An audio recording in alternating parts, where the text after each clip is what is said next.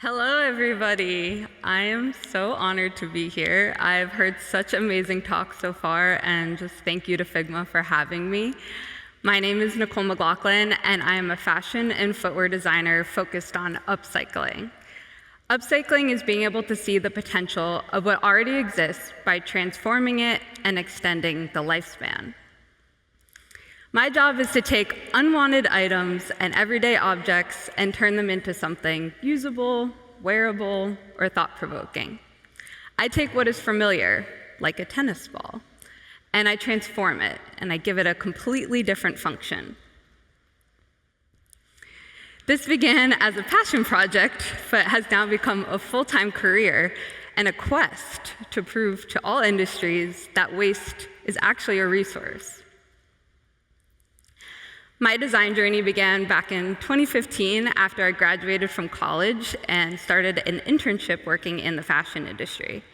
I was creating graphics for apparel and footwear, and I was a very hands-on graphic designer. I like to paint, I like to make things and scan it and bring it into the computer. But before working in corporate fashion, I never truly realized the amount of waste. And we're mostly familiar with post-consumer waste, like what ends up in a landfill or a thrift store. But I never truly realized how much waste is actually in the offices and the factories themselves. Every day I sat at my computer and I was surrounded by mountains of samples. When you think about footwear, to get to the final product, you can go through like 5 rounds of sampling, and that's like a half a pair of shoes. So honestly, all these things were just destined for the trash.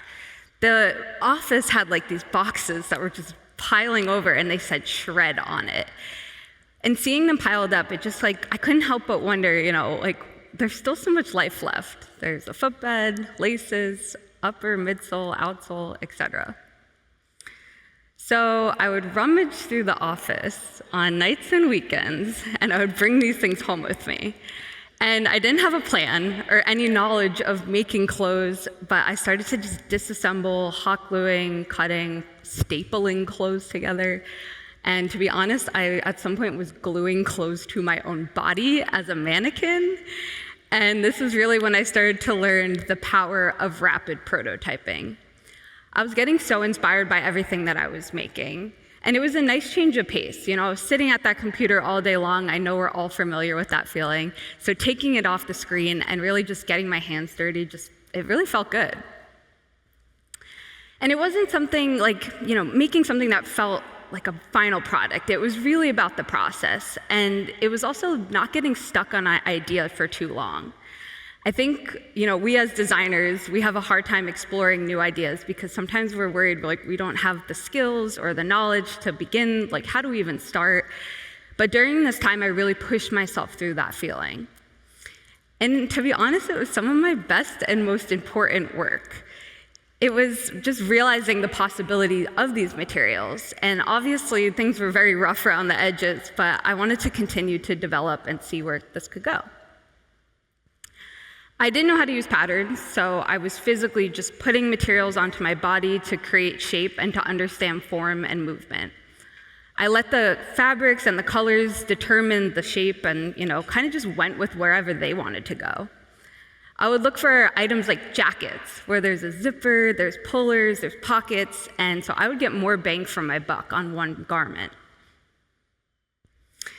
And this piece, the IKEA sandal I made, was the first thing that kind of went a little bit viral. And I did not expect that to happen. I just had my friends and family on Instagram, and I posted it, and I did not expect what was going to happen next.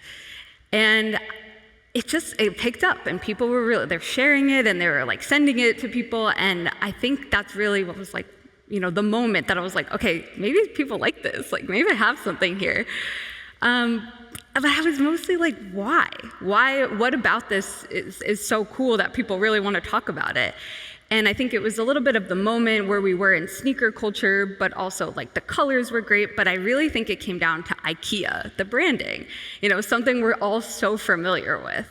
And so I kind of just was I think I need to keep doing this. I have to fight through this weird feeling of okay, now people are watching me, but I should just keep posting and see what happens. So in 2019, after about 8 months of being consistent and posting my work online, I was still working at my day job as a graphic designer when an outside marketing agency came to Reebok, and they were like doing a trend report, and they said, you know, you should really work with this girl, this up-and-coming artist. And I was like, oh no. All my coworkers kind of looked at me, and I was like, I think this is my moment to go off on my own. I was really nervous to make the jump to do my own business. This isn't something I ever thought that I would do. You know, I made it in like a corporate job. I had the health care and the 401k, so giving that up was a little bit terrifying. But I had some, solace knowing that there's one brand in this huge industry that has this much stuff. So there must be all the other fashion offices must also have this much stuff. So 2020 came around, and obviously the world shut down, and this was a very uncertain time for all of us. But I really felt like I had a lot of people's attention. People were doom scrolling, and I was just pumping out work. I was making like 3 to 4 projects a week, and the rapid prototyping was in full effect. But the problem was I didn't have access to the well of company materials anymore. And the thrift stores were closed, and it wasn't super chill to be going through people's garbage during a pandemic. So I started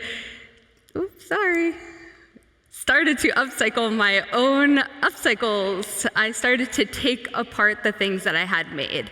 And that helped me understand the importance of impermanence and to embrace the feeling of letting go.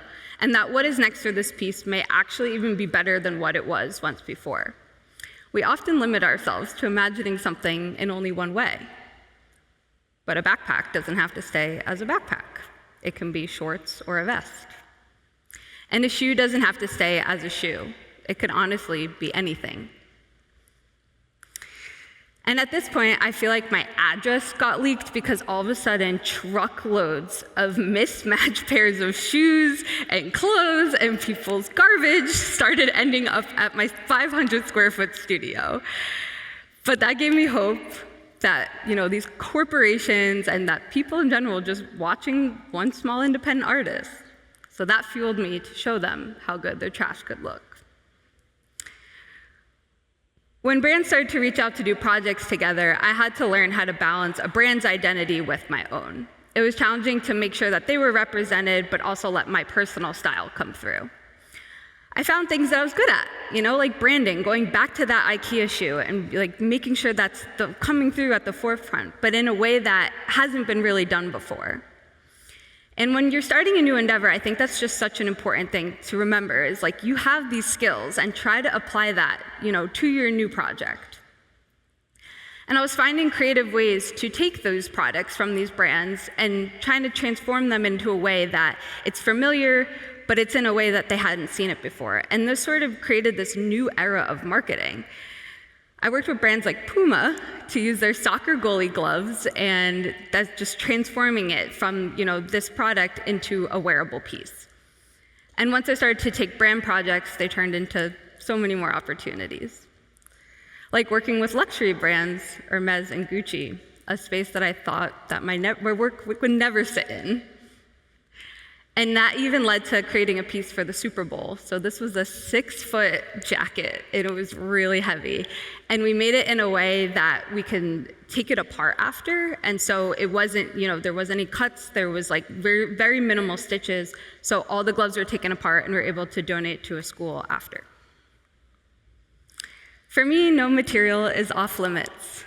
I've used everything from beach balls to Legos to bread. A lot of bread, actually.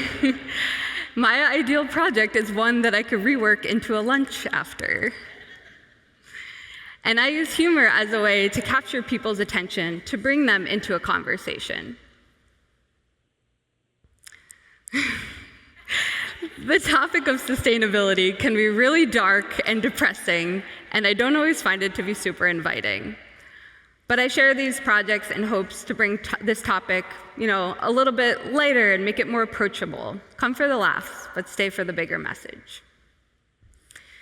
And it's been so important for me to continue to make these personal projects, even after going freelance, because that really gives me the space and the time to fail and to create things that, maybe won't see the light of day, but I get to explore and kind of relive that feeling that I did in the beginning. I continue to challenge myself every single day to see the potential of the objects that I use. This mindset, to be honest, has taken over my day-to-day life. I'm more conscious of my shopping habits, the way I cook, the way I commute, and just in general, my contribution to a more eco-conscious future. But every day, I find it even more important to put the pressure and the spotlight on these big companies that I'm working with, who need to be taking responsibility for the things they've produced. They've created all this, but then they put the pressure on us consumers to figure out what to do with it. Where is the accountability? The reason that these things typically get trashed is because it costs more money to store it in a warehouse than it would be to just create it brand new. And that to me feels like such a flawed system. There's so much time and hard work and energy that was put into making this. So why are we so quick to throw it all away and start from scratch? Why not try to use what we already have? And something interesting that I've learned as I've continued to do this and get kind of deeper into the web of brands is that they might be making more sustainable product, but they don't even want to talk about it because they're afraid it might shine any spotlight on some of the other products that they're making that aren't as sustainable. I think that every step forward is important, and obviously things didn't get this way overnight, so it's unrealistic to think it's going to be an instant change. Admitting that you don't have all the answers, but are willing to work together means a lot. And I'm going to take this opportunity to preach a little bit about why I think it's so important to learn how to sew. It's such a great skill, and I highly recommend it as a hobby. You don't need to take upcycling to the extremes that I'm doing it, but it's really such a nice break from the screen.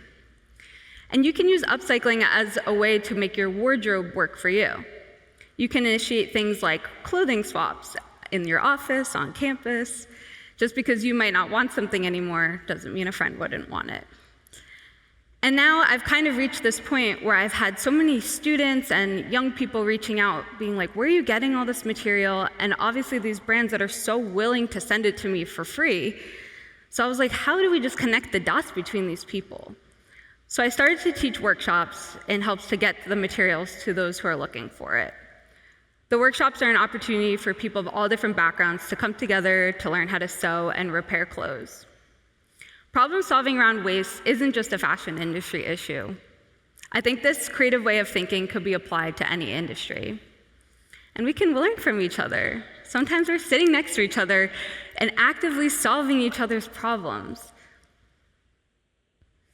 I've also been working with brands to help implement post-consumer options like repair centers, and that's a way that you can just bring in a jacket or some of your clothes that might have a rip or a tear, and the brand themselves will help you to be able to repair it. And I do this a lot with this brand, Arc'teryx. We've been really working on this Rebird program where you can bring in your jacket. Also, take-back programs. So if your jacket is beyond repair and it's completely destroyed, you can bring it in exchange for a discount, and then we'll be able to use that material for future projects. And that knowing a sustainable path forward starts at the beginning of the process. And there's so many designers here today, so I think it's always really important to remember that, that beginning decision that you make really can affect the end of, whatever product you're making. I've been working on things like modular design. So I created this 401 shoe for Hoka, and you can wear it multiple different ways. I think being able to give the consumer an opportunity to be able to upcycle something or change something about the product to keep it circular, give it more longevity, I think that's super important. Also things like pattern efficiency, so little to no waste patterns, getting really creative with can you make something without really having to cut it or sew it? And then upcycling at scale. Ultimately, there will be waste, and my job making these one-of-ones is great, but how is this applied in a bigger way? So really getting close with brands, kind of helping them figure out like my process, breaking that down, and how can this actually be scaled? And you can get involved too. Look in your closet, go for those pieces you haven't worn in a while, and also just get off the computer sometimes. Use your hands. If you're looking to get rid of materials, please reach out to me. But please do not send them to my home address again. I encourage you all to see the potential in what already exists, whether it's materials, ideas, or early concepts. You'll be surprised at what you would have thrown away. Thank you.